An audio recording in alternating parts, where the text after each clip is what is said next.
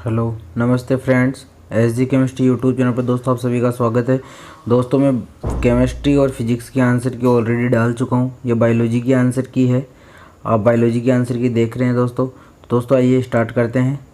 पहला क्वेश्चन यहाँ पर है, पृथ्वी के बनने के कितने वर्षों बाद इस ग्रह का उदय हुआ था। ठीक है, तो ये हुआ था आपके 500 मिलियन वर्ष। कितना?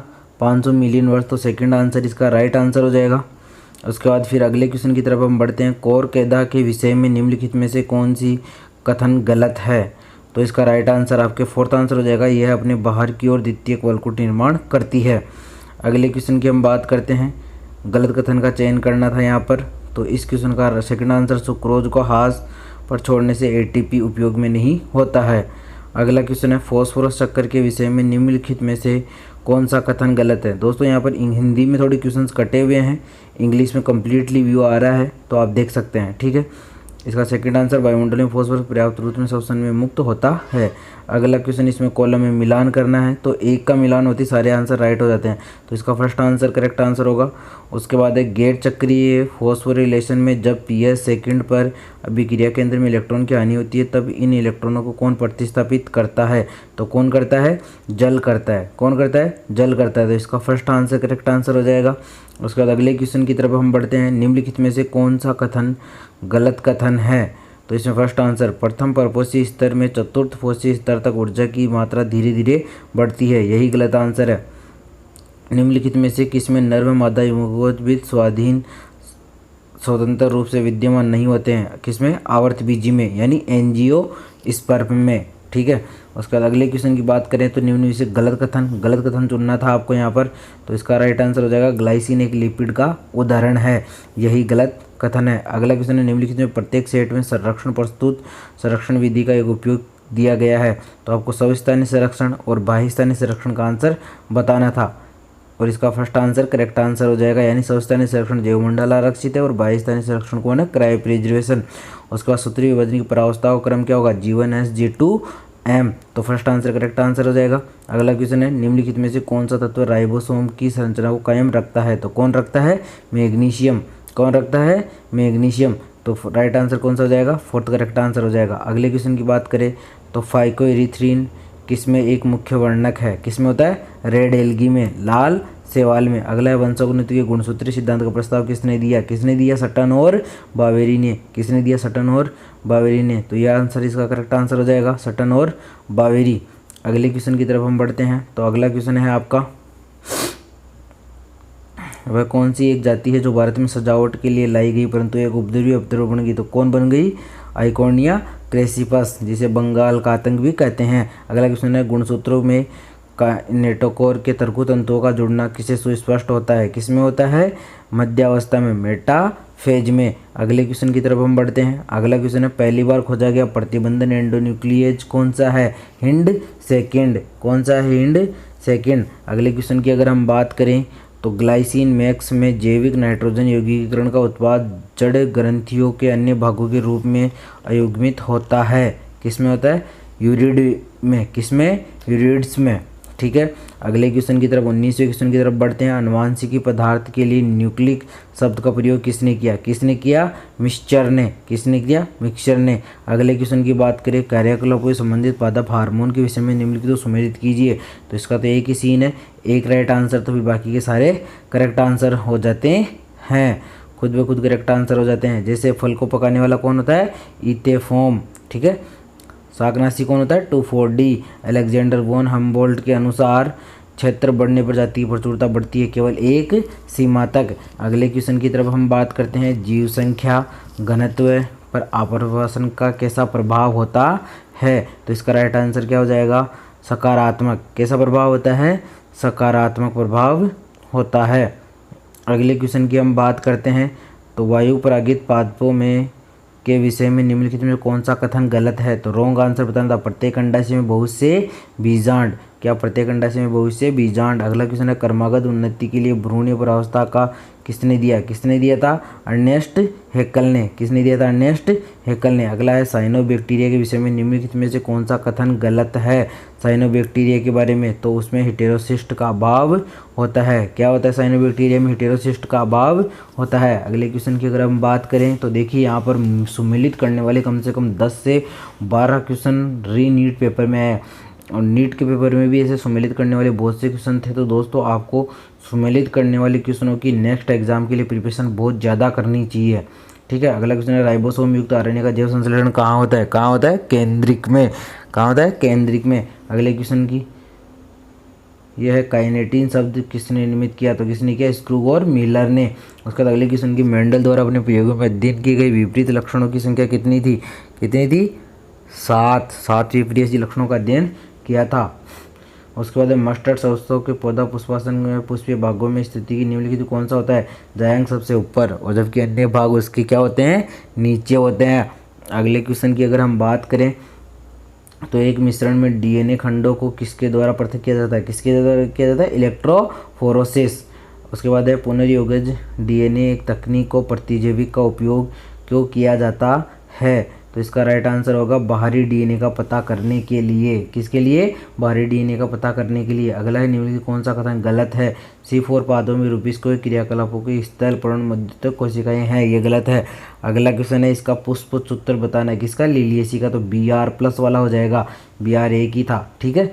उसके बाद अगले क्वेश्चन की अगर हम बात करें प्रसुप्त बीजों में निरोधी पदार्थों में निम्नलिखित में से किस उपचार में नहीं निकाला जा सकता है। किस में नहीं निकाला जा सकता है एस्कॉर्बिक एसिड में। वायवीय श्वसन के दौरान पायरुवेट डिहाइड्रोजनेज क्रियाशीलता किसकी आवश्यकता होती है। किसकी होती है मैग्नीशियम की।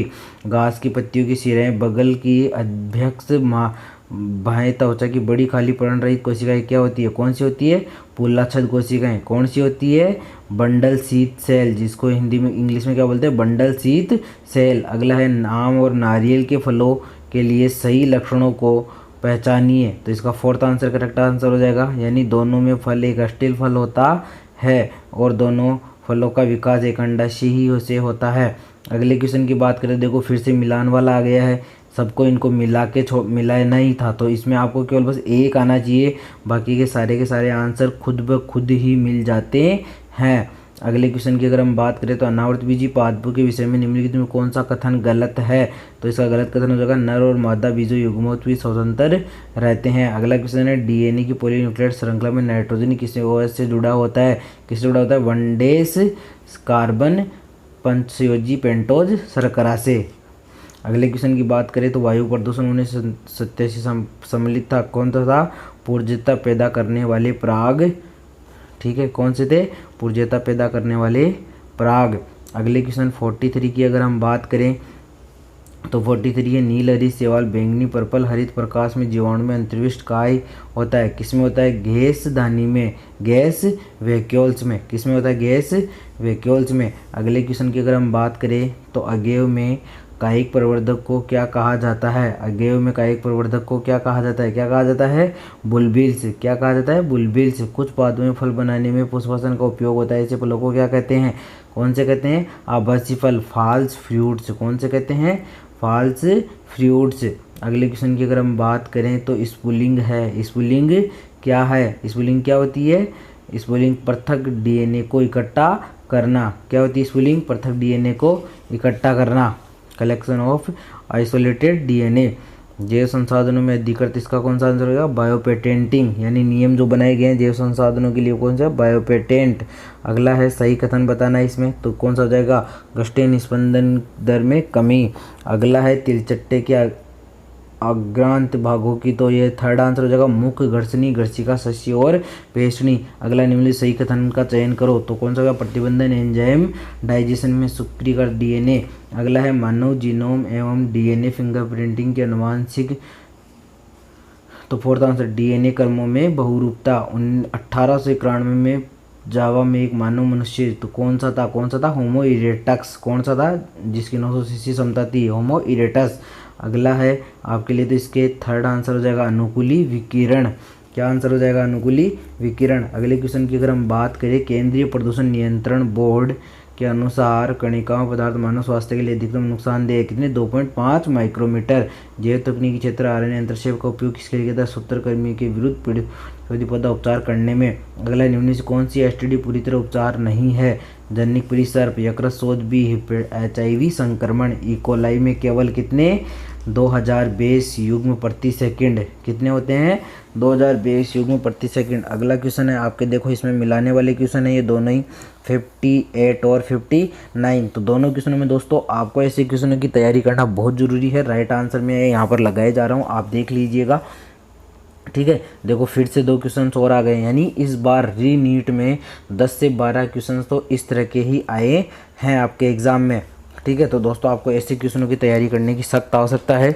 नेक्स्ट एग्जाम में आप इस चीज़ का ध्यान जरूर रखें। ठीक है, जैसे देखो इसका थर्ड आंसर हो गया, देखो ये अपरा वाले से, ये हार्मोन से आया है। अगला क्वेश्चन है, निम्नलिखित में सूक्ष्म जीव का उपयोग सीटरी के व्यवसाय कौन सा होता है? Aspergillus Niger. अगला है, मानव में 12 सप्ताह है के अंत में क्या होता है? भ्रूण की अंतःप्रजनन अवसाद है। अंतःप्रजनन अवसाद क्या है? निरंतर निकट अंतःप्रजनन के कारण जनन क्षमता एवं उत्पादकता में कमी करना। किसमें? जनन क्षमता और उत्पादकता में कमी करना ही अंतःप्रजनन अवसाद है। अगला देखो फिर से आएगा, टाइफाइड कौन सा होता है? Salmonella typhi. निमोनिया का कौन होता है? Haemophilus influenzae. तो इससे आप मिला सकते हो। ठीक है, मलेरिया कौन सा होता है? प्लाज्मोडियम। और फाइल बाहर से भीतर मध्याह्न से अंतराकाश में प्रसारण दाब की बढ़ोतरी किसके द्वारा होती है? तो किसके द्वारा होती है? हेनले-लूब और वासा रेक्टा के बीच निकट संधि से और प्रतिस्पर्धा क्रियाविधि से। प्रोटीन अपघटनीय रेनिन किस में पाया जाता है? उसके बाद अगला क्वेश्चन है आपके पास, देखो ये फिर से इसका थर्ड आंसर हो जाएगा, लिग्निन और काइटिन की प्रचुर अपराध। उसके बाद देखो फिर एक क्वेश्चन आ गया है जो भी मिलान करने वाला ही है। इसका आंसर कौन सा हो जाएगा? फर्स्ट आंसर इसका करेक्ट आंसर हो जाएगा। अगले क्वेश्चन की बात करें, निम्नलिखित घटनाओं की कोशिका चक्र परावस्थाओं के मिलान में सही व्यवस्थित कीजिए। तो आपको जीवन परावस्था, एस परावस्था, G2 परावस्था और M परावस्था करनी थी, तो इनको आपको मिलाना था। ठीक है, इसका थर्ड आंसर करेक्ट आंसर हो जाएगा। इसमें अगले वाले में देखो, जैसे ड्रैगन फ्लाई आ गया, बेसिलस थ्रिजेंसिस आ गया, उसके आगे ग्लोम्स आ गया, उसके बाद बाइलोवेक्यूल्स यूरेसिस आ गया। इसका भी थर्ड आंसर ही करेक्ट आंसर होगा। अगले 72 की तरफ अगर हम बढ़ते हैं तो देखो इसमें भी यही है, सारे के सारे मिलाने वाले। प्लेटी हेलमंथीज, एकाइनोडर्मेटा, हेमिकोडेटा और एवीज, आपको इनको एक दूसरे से मिलाना था। अगला क्वेश्चन है, निम्नलिखित वर्गों में अगुणित कोशिकाओं के सही विकल्प का चयन करें। तो कौन सा हो जाएगा? Secondary spermatocytes, first polar body और ओव्यूम। अगले क्वेश्चन में बलपूर्वक अंतःशोषण के लिए या कौन सा हो जाएगा? RV। ठीक है, उसके बाद निम्नलिखित स्तंभों का मिलान कर सही विकल्प का चयन करें। तो आपको सही विकल्प का चयन करना था यहाँ पर। तो देखिए इसका फोर्थ आंसर करेक्ट आंसर हो जाएगा, क्योंकि चिकनी पे क्या होता है? लिक्विड संश्लेषण और खुरदरी पे क्या होता है? प्रोटीन संश्लेषण। अगला है अनुचित मिलान।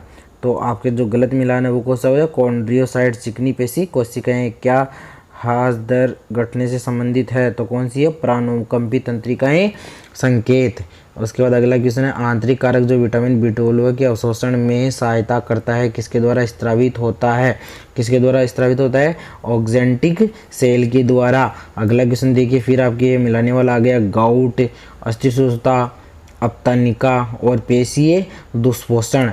ठीक है, तो ये पेशीय दुष्पोषण आपको पता है 100% प्रतिरक्षा विकार अनुवांशिक विकार है। बहुप्रभाविता का सबसे अच्छा उदाहरण कौन सा है?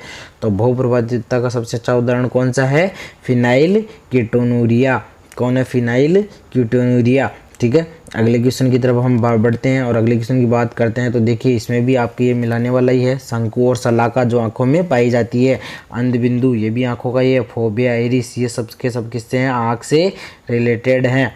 तो इनको आपको मिलाना था इनके कार्य के आधार पे। उसके बाद है, निम्नलिखित में किस अवस्था में इरिथ्रोब्लास्टोसिस फेटालिस होता है? तो माता RH नेगेटिव और जो बच्चा फिटस है वो कैसा होना चाहिए? RH पॉजिटिव होने पर। सूत्र विभाजन फर्स्ट की कौन सी अवस्था के दौरान सूत्र युग्मन होता है? किसके दौरान होता है? जाइगोटीन के दौरान। उसके बाद है, प्लूरोन्यूमोनिया जैसे जीव का आकार कितना होता है? 0.1 माइक्रोमीटर यानी 0.1 μm। अगला है, माता की स्तन ग्रंथि में दुग्ध स्रवण के लिए कौन सा है? ये निष्क्रिय प्रतिरक्षा वाला उदाहरण है। उसके बाद निम्नलिखित विकृतियाँ एनेलिडा संघ में विशिष्ट लक्षणों को उचित रूप से प्रदर्शित करती है। त्रिकोरिक, खंडित देहगत, द्विपार्श्व सममित। अगला है, इसका आंसर हो जाएगा ट्राइकोडर्मा पॉलीस्पोरम, प्रतिरक्षण निरोधक कारक के रूप में। ठीक है, अगले क्वेश्चन की अगर बात करें, न्यूरो हाइपोफाइसिस में संग्रहित हार्मोन मोचित होता है, तो फर्स्ट आंसर हो जाएगा ऑक्सीटोसिन और वेसोप्रेसिन।